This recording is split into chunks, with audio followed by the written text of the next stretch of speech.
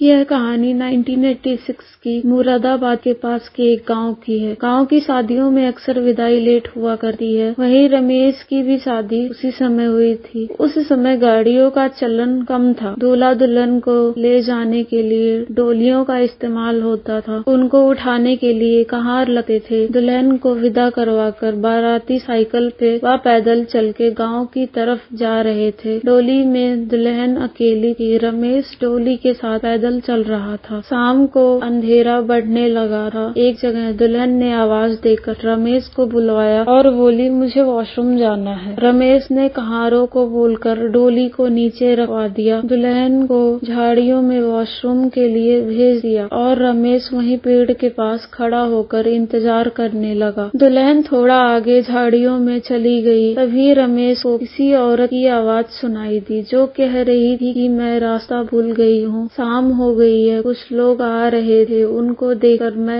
डर के मारे पेड़ पर चढ़ गई। कृपया आप मुझे पेड़ से नीचे उतार दो। उसे डरा हुआ देखकर रमेश ने उसे उतारने के लिए हाथ बढ़ाया ही था कि वह उसके पास धीरे से कूद गई। जब रमेश ने उसकी तरफ देखा तो वह मंत्रमुग्ध हो गया। जब उस औरत और रमेश की निगाहें एक दूसरे से मिली तो रमेश को लगा कि एक अनचाहा आकर्षण उसको खींच रहा है। जब सरिता वॉशरूम करके आई तो रमेश को आवाज दिया, चलिए, लेकिन उसके बगल में एक औरत को देखा जो दुल्हन के जोड़े में घूंघट किए खड़ी थी। सरिता ने पूछा, ये कौन है? रमेश ने सुनीता के बारे में सारी बातें बताई। सरिता ने बोला, एक सुनसान जगह पर इनको अकेले छोड़ना अच्छा नहीं होगा, इनको भी अपने साथ लेकर के चलिए, कल इनके गाँव का पता लगवा कर भिजवा दीजिएगा। यह बात सुनकर सुनीता मन ही मन खुश हो गई। वह सोची, मैंने जो सोचा था वही हुआ। रमेश और सरिता को कहाँ मालूम था कि जिसको वह लेकर के जा रहे हैं वो एक चुड़ैल है। सरिता और सुनीता को डोली में बिठाया गया और डोली लेकर गांव की तरफ बढ़ गए। डोली में जब भी सरिता की निगाहें सुनीता की तरफ जाती तो उसे ऐसा लगा कि वो एक साधारण इंसान नहीं है और उसने रमेश को बुलाकर धीरे से बोला कि इस औरत का चेहरा कुछ अजीब है और मुझे इससे डर लग रहा है। सरिता की बातें सुनकर रमेश ने बोला, मैं हूँ ना तुम्हारे साथ, तुम डरो मत और शांति से बैठ जाओ। फिर कुछ ही देर चलने के बाद रमेश का गांव आ गया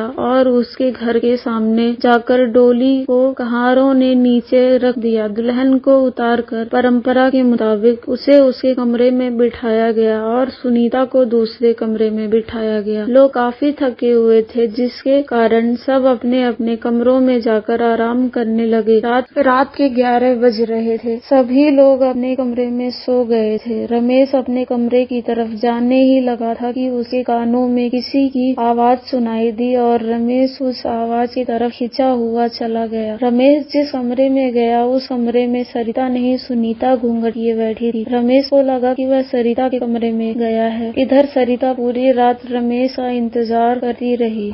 रमेश सुबह सुनीता के कमरे से जब निकला तो उसे पिछले रात की कोई बात याद नहीं थी। जब सुबह सरिता ने रमेश से पूछा कि आप रात भर कहाँ थे? मैं पूरी रात आपके इंतजार में बैठी रह गई। तब रमेश ने बोला, मैं तो तुम्हारे ही कमरे में था। तभी वहाँ सुनीता आई और बोली, यहाँ पर क्या चल रहा है? तब सरिता ने रमेश से बोला कि इस औरत को यहाँ से इसके गाँव भेज दीजिए, मुझे ये औरत ठीक नहीं लग रही है। फिर रमेश ने सुनीता के पास जाकर उसके घर का पता पूछा तो वह बोली कि मुझे कुछ याद नहीं है और इतना कहते ही वह रोने लगी। रमेश ने सुनीता को चुप कराते हुए बोला कि अभी रहने देते हैं, जब याद आ जाए तो बता देना। यह कहकर वह वहाँ से चला गया। हर शाम को रमेश सरिता के कमरे में न जाकर सुनीता के कमरे में जाता रहा और ये बात सरिता ने अपने सास को बता दी। तब सरिता की सास ने उसे समझाते हुए बोला कि तुम परेशान मत हो, मैं देखती हूँ। यह कहकर वो वहाँ से चली गई। फिर सरिता की सास ने रमेश के ऊपर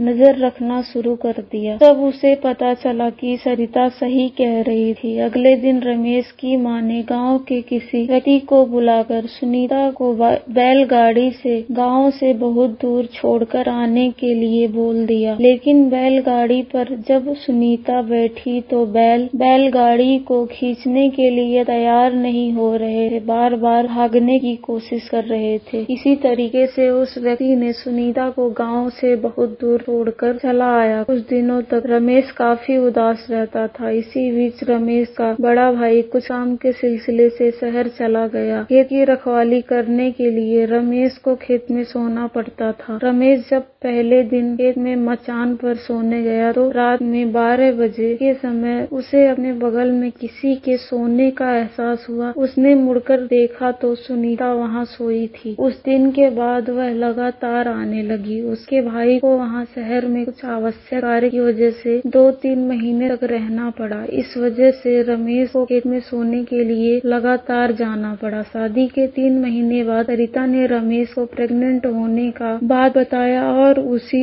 दिन सुनीता ने भी उसे प्रेग्नेंट होने के बाद बताई। रमेश को एक ही दिन में 2 खुशियाँ मिली। धीरे धीरे वो दिन भी आ गया जब दोनों को एक ही साथ प्रसव पीड़ा शुरू हुआ। दोनों को एक ही अस्पताल में अलग अलग वार्ड में एडमिट करवाया गया।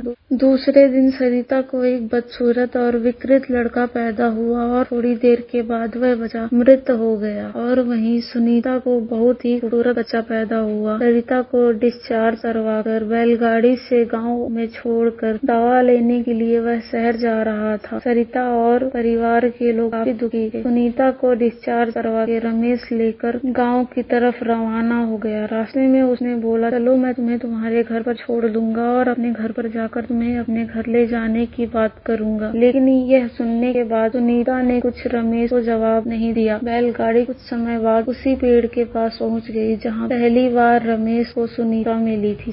सुनीता ने बैलगाड़ी को रुकवाया और रमेश और बच्चे को लेकर पेड़ के पास पहुंची। वहां पहुंचकर वह रमेश से बोली, मेरा और आपका साथ यहीं था। यह आपका बच्चा है। मैं जो आज बताने जा रही हूँ आप यह सुनकर हैरान होंगे और आपको डर भी लगेगा, लेकिन सच यही है। 2 साल पहले डिलीवरी के वक्त मैं मर गई थी और मेरी आत्मा भटकती रही, लेकिन आज आपकी वजह से मेरी आत्मा को संतुष्टि मिल गई। इतना ही वक्त मुझे ऊपर वाले ने दिया था। मुझे जाना पड़ेगा। मुझे आप एक सपना समझकर भूल जाना और बच्चे को दे दिया। इस बच्चे को सरिता को दे देना, लेकिन यह बात आप कभी भी सरिता को मत बताना। शाम का वक्त हो रहा था। रमेश के हाथ में आकर बच्चा रो रहा था। शायद उसे एहसास हो गया था कि उसकी माँ अब उससे जिंदगी भर के लिए बिछड़ जाएगी। रमेश से